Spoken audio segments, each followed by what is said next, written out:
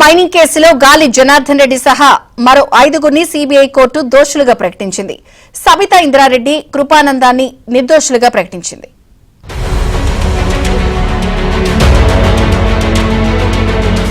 Obulapuram mining కేసులో A1 BV Srinivasa Reddy, A2 గాలి Janardhan Reddy, A3 వీడి రాజగోపాల్, A7 అలీఖాన్ కు శిక్ష ఖరారు చేసింది.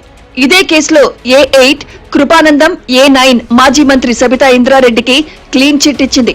కేసు విచారణ సమయంలో A5 రావు లింగారెడ్డి మృతి చెందగా A6 ఐఏఎస్ శ్రీలక్ష్మికి హైకోర్టులో ఊరట లభించింది. 2012లో అంటే CC 1/12 2012లో ఛార్జ్షీట్ వేసిన తర్వాత 2022లో విచారణ మొదలైంది. 2024 నవంబర్లో విచారణ పూర్తయింది. అంటే దాదాపు 2 సంవత్సరాల సుదీర్ఘ విచారణ 219 మంది సాక్షులను విచారించిన తర్వాత వాళ్ళ యొక్క సాక్ష్యాధారాలను పరిశీలించిన తర్వాత ఈరోజు సిబిఐ ప్రధాన న్యాయస్థానం ఈ యొక్క తీర్పును వెలువడించడం జరిగింది. నాకు తెలిసి ఇప్పుడు A1 to A3 ఏమో ఇండివిజువల్స్ అండి, A4 కంపెనీ OMC, తర్వాత A7 కూడా ఇండివిజువల్ ఉన్నాడు, A5 చనిపోయాడు, A6 మన సీనియర్ ఐఏఎస్ ఆఫీసర్ గారు శ్రీలక్ష్మి గారి మీద హైకోర్టులో క్వాష్గా అయింది. ఆ కేసు అప్పుడే హైకోర్టు కొట్టేసింది కాబట్టి మిగతా A7 పైన కూడా కన్విక్షన్ అయింది. తర్వాత 8-9 పైన వారిద్దరిని సబితా రెడ్డి గారు, కృపానందం గారి పైన కేసు నిరూపణ కాలేదు కాబట్టి వారిని నిర్దోషులుగా చెప్తూ కోర్టు తీర్పు చెప్పడం జరిగింది. అప్పీల్కి అవకాశం అనేది ఉండదండి. 1 మంత్లో వాళ్ళు హైకోర్టులో అప్పీల్ చేసుకోవాలి. అప్పటి వరకు ఎవరికైతే శిక్ష పడో వాళ్ళని జైలుకు తరలిస్తారు. దోషులపై IPC 120B, రెడ్ విత్ 420, 409, 468, 471 తో పాటు కొంతమందిపై అవినీతి నిరోధక చట్టంలోని సెక్షన్ 13(2), రెడ్ విత్ 13(1)D కింద సిబిఐ అభియోగాలు నమోదు చేసింది. ఏమైనా చెప్పాలనుకుంటే చెప్పుకోవచ్చు అంటూ గాలి జనార్దన్ రెడ్డిని న్యాయమూర్తి అడిగారు. తన వయస్సుతో పాటు సామాజిక సేవలను గుర్తించి శిక్ష తగ్గించాలని గాలి జనార్దన్ రెడ్డి అభ్యర్థించారు. 10 సంవత్సరాల శిక్ష ఎందుకు వేయకూడదని గాలి జనార్దన్ రెడ్డిని న్యాయస్థానం ప్రశ్నించింది. యావజ్జీవ శిక్షకు అర్హులని వ్యాఖ్యానించింది. తన సామాజిక సేవను పరిగణించడంతో పాటు ఇప్పటికే 4 సంవత్సరాలు రిమాండ్లో ఉన్నందున శిక్ష తగ్గించాలని మరోసారి గాలి జనార్దన్ రెడ్డి కోరారు.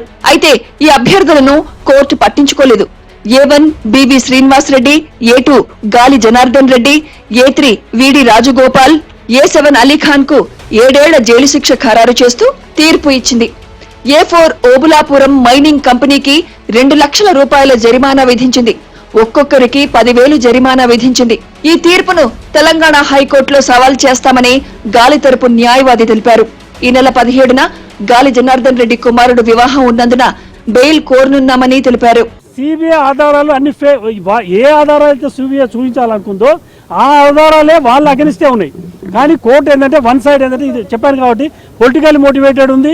అదే కాకుండా ఇది ఆల్రెడీ హైప్ క్రియేట్ చేసి ఆల్ ఓవర్ ఇండియాలో కేసు హైప్ క్రియేట్ చేయడం వల్ల అది వన్ సైడ్. ఇది జనరల్గా లోయర్ జ్యుడిషియల్ జడ్జెస్ ఎట్లుంటే కొంచెం భయం ఉంటుంది, ఫియర్ ఆఫ్ ది జాబ్.